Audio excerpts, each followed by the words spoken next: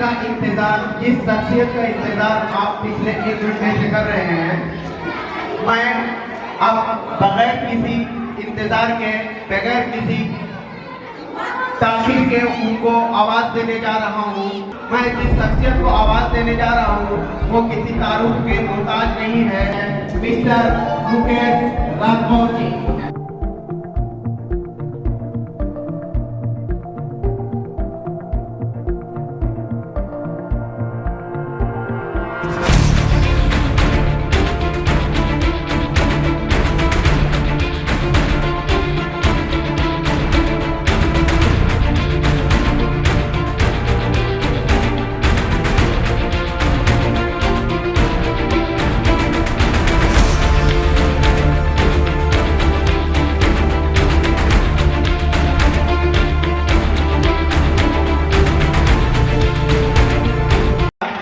ये इतने अच्छे मोटिवेशनल स्पीकर है कि मेरी ख्वाहिश है मैं एक कविता बोलना चाहूंगा। काश मेरे घर के बगल में तेरा घर होता, काश तेरे घर के बगल में मेरा घर होता, तू ना आता तेरी आवाज तो आती।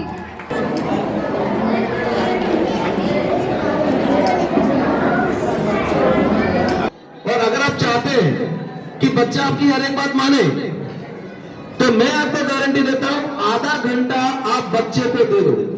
पूरे 24 घंटे में से केवल आधा घंटा आप बच्चों के मुताबिक दे दो। बच्चा जैसा चाहता है वैसा आप समय दे दो और 23 घंटे 30 मिनट वो करेगा जो आप चाहते हैं। केवल आधा घंटा आप वो करो जो बच्चे चाहते हैं और 23 घंटे 30 मिनट बच्चा वो करेगा जो आप चाहते हैं।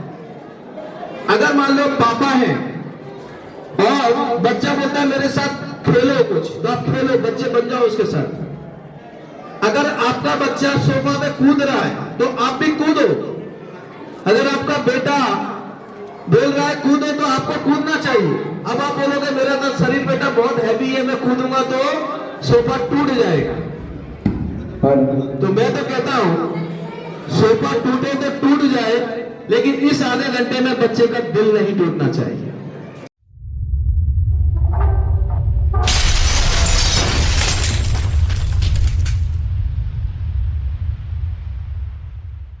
तो माँ बाप कैसे होते हैं इसके ऊपर हम चर्चा करेंगे। मैं एक छोटी सी स्टोरी बताना चाहता हूँ, बड़ा ध्यान से सुनिएगा। एक आम का पेड़ होता है, आम का पेड़ होता है ना, आम समझते ना, मैंगो। आम का पेड़ होता है और वहां पे एक छोटा सा बच्चा, गांव का बच्चा आम के पेड़ खेलने का आदी हो जाता है। जब भी उसको मौका मिलता है आम के पेड़ के नीचे खेलता है। जब वो खेलने जाता है तो आम के पेड़ को बड़ा अच्छा लगता है कि एक बच्चा खेलता है तो उसे बहुत अच्छा लगता है। एक दिन क्या हुआ, बच्चा छोटा सा उदास बैठा है, खेल नहीं रहा है।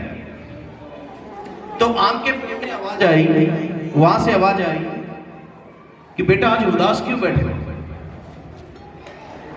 तो बच्चे ने जवाब दिया कि मेरे साथ के जितने भी बच्चे हैं ना, सबके पास खिलौने हैं, सबके पास कुछ ना खेलने की चीज है, लेकिन मेरे पास कुछ है ही नहीं। तो बोला इतनी सी बात है, आपको खिलौना चाहिए? बोला हाँ। तो एक काम करो, आप मेरे ऊपर चढ़ जाओ और वहां से जो आम है ना उसको तोड़ लो, पूरे फल को तोड़ लो, तोड़ के इसको मार्केट में बेच दो। बाजार में बेचने के बाद जो पैसे आएंगे उससे आप एक बढ़िया सा खिलौना खरीद लें।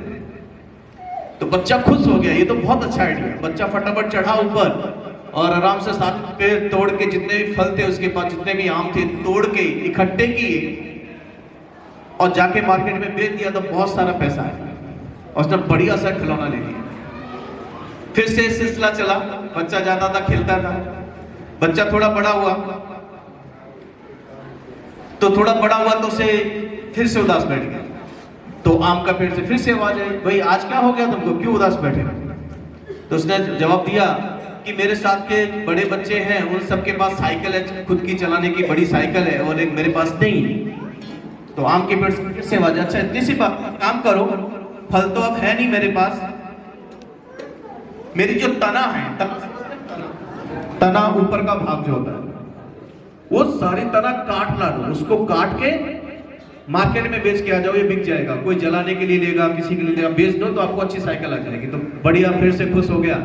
बच्चे ने फटाफट जितनी भी तना थी लकड़ी को काटा मार्केट में भेजा, बढ़िया सी साइकिल लेके आ गया। फिर से सिलसिला हुआ, बच्चे की उम्र ज़्यादा हो गई, बच्चे को शादी की बात चल रही थी तो शादी भी हो गई। शादी होने के बाद पता लगा कि जिम्मेदारी ज़्यादा है, लेकिन उसका लगाव था पेड़ के नीचे ज़्यादा था, तो वहाँ पे उदास बैठ गया। तो पेड़ ने फिर बोला अब क्या हुआ? बोला क्या हुआ कि अब शादी भी हो गई और इतनी परेशानी है, घर में राशन नहीं है, घर में प्रॉब्लम है, तो मैं बड़ा दुखी हूँ। तो पेड़ ने बोला देखो मेरे पास फल तो लग नहीं सकते क्योंकि आपने तना, अब मेरे पास जो बड़ी बड़ी डालियां हैं वही एक बची है, जब डालियां पूरी काट लो उससे देख लो क्या मिल सकता है। तो पूरी डालियां काट डाली, काट के तो उसने बेच के घर में थोड़ा राशन वासन ले लिया, बच्चा खुश हुआ। लेकिन जिम्मेदारी परिवार की ज्यादा थी, तो फिर से जब वो आया तो फिर से उदास होकर बैठ गया।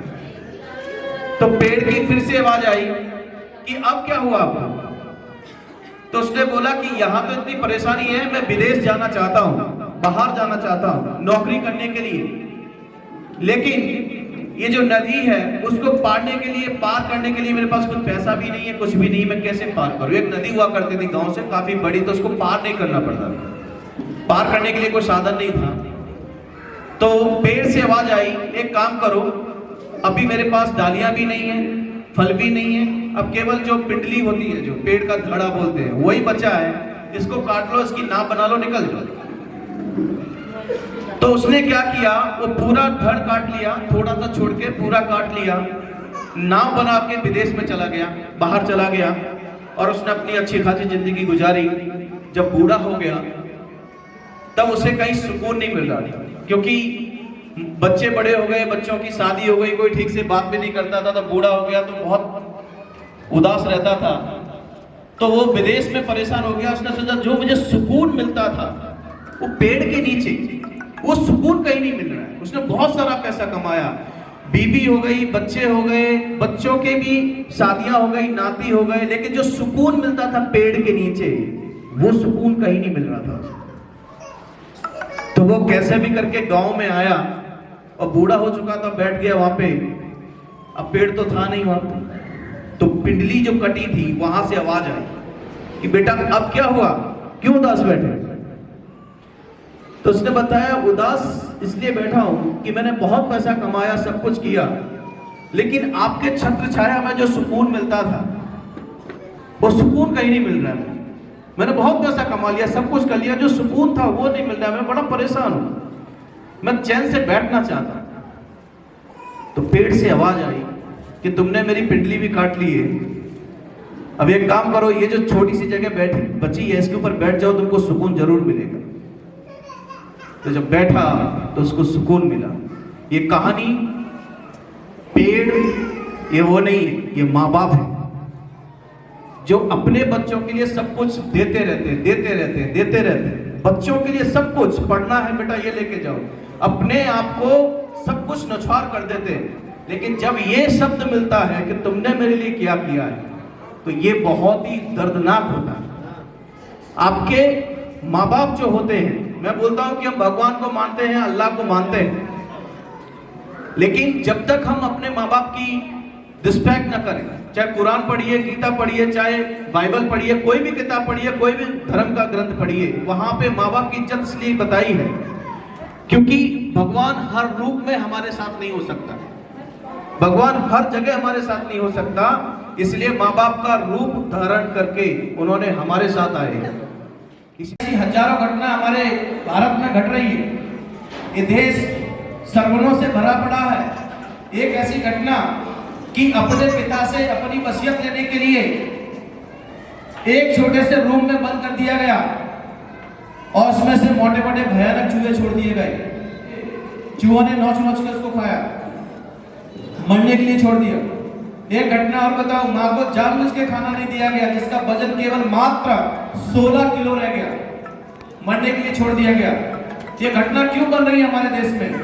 क्योंकि हम लोगों ने शिक्षा को ज्यादा महत्व दे दिया है। हम अपने बच्चों को डॉक्टर बनाना चाहते हैं, इंजीनियर बनाना चाहते हैं, आईपीएस ऑफिसर बनाना चाहते हैं, लेकिन कहीं कहीं हमें भूल जाते हैं कि हम बच्चे को इंसान नहीं बनाना चाहते, हम इंसान बनाना भूल जाते हैं।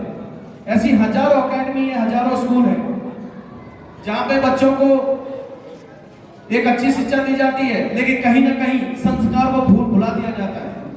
तो संस्कार को न भुला न पाए, इसके लिए आपके क्षेत्र में ऐसी स्कूलें काम कर रही हैं। मैं किसी स्कूल का ऐड करने के लिए नहीं आया हूं, लेकिन जैसे अमृत जी ने मुझे बातें रखी कि सर मैं अपने क्षेत्र के लिए चिंतित हूं, उन्होंने कहा कि मैं चाहता हूं कि मेरे क्षेत्र में लड़कियां बिंदास होकर जा सकें, निडर होकर जा सकें, वो अपनी रक्षा खुद कर सकें, इसलिए मैं चिंतित हूं। तो मैं क्या करूं? मेरे बच्चे गांव के कहीं भी खेल सकें, आजादी से खेल सकें, उनके साथ कोई गलत हरकत करने की कोशिश करे तो बच्चा कैसे उसको सामना करे, इसके लिए मैं चिंतित हूं। मुझे कहा सर मेरे स्कूल में बच्चे कम आएंगे चलेगा, लेकिन मैं चाहता हूं कि ये स्कूल के माध्यम से महिलाएं सशक्त बने, बच्चे सशक्त बने, और हमारे क्षेत्र के जो भटके युवा हैं, जो यूथ है, उनको कहीं ना कहीं उनका जो फोकस है, उनका जो ध्यान है, उनके गोल पे लगे। इसके लिए उन्होंने मुझसे बात की, तो मैंने आज से कुछ 15 दिन पहले बात हुई, तो मैंने बोला ठीक है मैं कैसे भी करके समय निकालूंगा आपके क्षेत्र के लिए।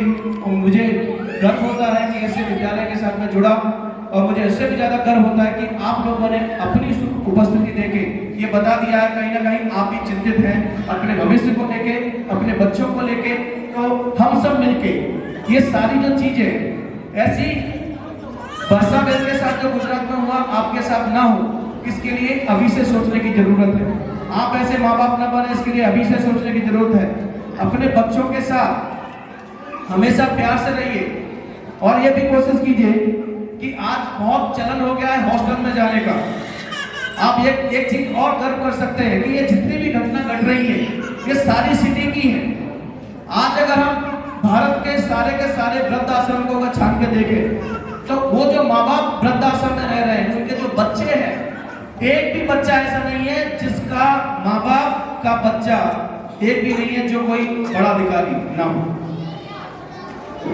कोई वकील है, कोई डॉक्टर है, कोई इंजीनियर है, कोई प्रोफेसर है। ऐसे माँ बाप, ऐसे बच्चों के माँ बाप कहाँ रह रहे? वृद्धाश्रम में छोड़ दे रहे। वो तो तकलीफ लगती माँ बाप को पालने की। और एक भी ऐसा शायद कोई मिल जाए कि जो बच्चा चाहे सूरत में एम्ब्रॉयडरी का काम करता हो, दिल्ली में चाहे होटल में काम करता हो, चाहे मजदूरी करता हो, रिक्शा चलाता हो, मेहनत करता हो, एक भी माँ बाप नहीं है कि ऐसे इंसान का एक भी माँ बाप वृद्धाश्रम में हो। तो ये हमारे लिए गौरव की बात है। आपके गांव में जो परवरिश हो रही है, आपके गांव में जो प्यार है माँ बाप में, वो कहीं नहीं मिलेगा। ये केवल कावड़ी दुनिया है जिसमें बंगले होते हैं, गाड़ियां होती हैं, इसमें मत जाइए। आपका बच्चा मजदूरी करता होगा, लेकिन कभी एक बार भी सपने में नहीं सोच सकता कि मेरी माँ को मैं वृद्धाश्रम में छोड़ूंगा। वो खून पसीना बहा देगा, लेकिन आपको कभी वृद्धाश्रम में नहीं छोड़ेगा। ये ताकत है आपके गांव की परवरिश की। लोग बोलते हैं कि सिर्फ सिटी के अंदर, शहर के अंदर बहुत कुछ होता है, लोग वहां पे महान बन जाते हैं, लोग बहुत टैलेंटेड। मैं दावे के साथ बोल सकता हूँ कि जो परवरिश गांव के अंदर है वो सिटी के अंदर नहीं है। आज भी गांव में अगर कोई रिश्ते में दूर से भी चाचा लगता होगा तो जाकर तुरंत पैर जरूर छूता होगा। ये संस्कार यहाँ के हैं। सिटी में बच्चा नहीं छुएगा। पेरेंट्स मीटिंग है, वहाँ पर चलना है अमृतसर के माध्यम से। तो मैंने यहाँ पर आया और कई बार मैंने पेरेंट्स मीटिंग तो किया था, देखा था, जा करके प्रयास किया था कि जाने कैसे कैसे होता है पेरेंट्स मीटिंग। 3-4 बार मैंने कहा DPS स्कूल मुफ्तीपुर में है, वहाँ पर भी एक बार रखा था, तो वहाँ पर भी मैंने गया था। लेकिन इस तरह का विद्यार्थी को या बच्चियों को जो सिखाया सर मुकेश राठौर सर जी जो हैं, वो जो इन्होंने जो सिखाया, इस तरह का काबिलियत जो बच्चे में जज्बा जो पैदा किए हैं, ऐसा किसी ने मैंने नहीं देखा। 3-4 जगह पर गया, किसी ने नहीं देखा। और जो ध्यान आकर्षित किए हैं सर, जो डाले प्रकाश डाले हैं, इस अगर माँ बाप मुझे जो लगता है अगर इस तरह का अध्ययन करें अपने बच्चे पर, तो जरूर बच्चे देश का भविष्य जान पाता है। विश्वास ही एक काबिलियत की ओर आगे बढ़ाता है बच्चे। मेरा यही है। अमरेश सर जी को सबसे बड़ा मैं धन्यवाद देना चाहता हूँ कि अमरेश सर जो ऐसा कार्यक्रम रखे, आगे आने वाले दिन में इसी तरह का कई बार जो है ना रखते रहे ताकि माँ बाप बच्चे को इस तरह का ज्ञान मिलता रहे, जिज्ञासा बढ़ता रहे। मैं अमृतसर जी को तहे दिल से आभार हूँ कि बार बार इस तरह का प्रोग्राम करें। इसके लिए हमने एक शुरुआत की है कि हम लोग एक पैकेज लॉन्च कर रहे हैं जिसमें स्कूल, चाहे कहीं भी स्कूल हो, गुजरात में हो, आउट ऑफ स्टेट में हो, पूरे हिंदुस्तान में कहीं भी स्कूल हमें हायर कर सकता है। हम लोग छोटी सी फीस लेके आपको पूरा पैकेज देते हैं जिसमें 10 मोटिवेशनल सेमिनार केवल टीचर के लिए होते हैं और उसमें कम से कम 4 मोटिवेशनल सेमिनार स्टूडेंट्स के लिए होते हैं जो एग्जाम से ठीक पहले हम करेंगे, जिससे वो अपना पूरा कंसंट्रेशन पढ़ाई पे कैसे लगा सके। और कम से कम 3 से 4 मोटिवेशनल सेमिनार पेरेंट्स के लिए होंगे, यार पेरेंटिंग करेंगे। ये प्रोग्राम हम लोग करते हैं स्कूल के लिए। इसके साथ साथ में हम जाहिर में पब्लिक में जाके 10 से 15 प्रोग्राम करते हैं जिससे स्कूल को एक नई प्रगति मिलती है, स्कूल की कनेक्टिविटी बनती है। ये पूरा पैकेज इतना सस्ता है कि आप सोच भी नहीं सकते हैं। अगर आप इस तरह का कोई पैकेज चाहते हैं जिसमें मोटिवेशन सेमिनार हो, टीचर के लिए स्पेशल हो, पेरेंट्स के लिए हो, स्टूडेंट्स के लिए हो, साथ साथ में पब्लिक में जाके 10 से 15 सेमिनार अलग अलग हों, स्पोर्ट्स का कुछ हमने प्रोग्राम करवाया, सेल्फ डिफेंस का प्रोग्राम कराया, बच्चों को गुड टच बैड टच की नॉलेज दी अलग अलग जाके स्कूल के बैनर के नीचे, तो मुझे लगता है कि स्कूल जल्दी से जल्दी प्रगति पे हो जाएगा। अगर आप चाहते हैं कि आपके स्कूल में ये सर्विस मिले तो आज ही फ़ोन उठाएं, मेरा नंबर फ्लैश कर रहा है, इस पर कॉल करें और आज ही कांटेक्ट करें। अगर आप मेरे चैनल पे पहली बार जुड़े हैं तो ये चैनल को सब्सक्राइब कर लें और ज़्यादा से ज़्यादा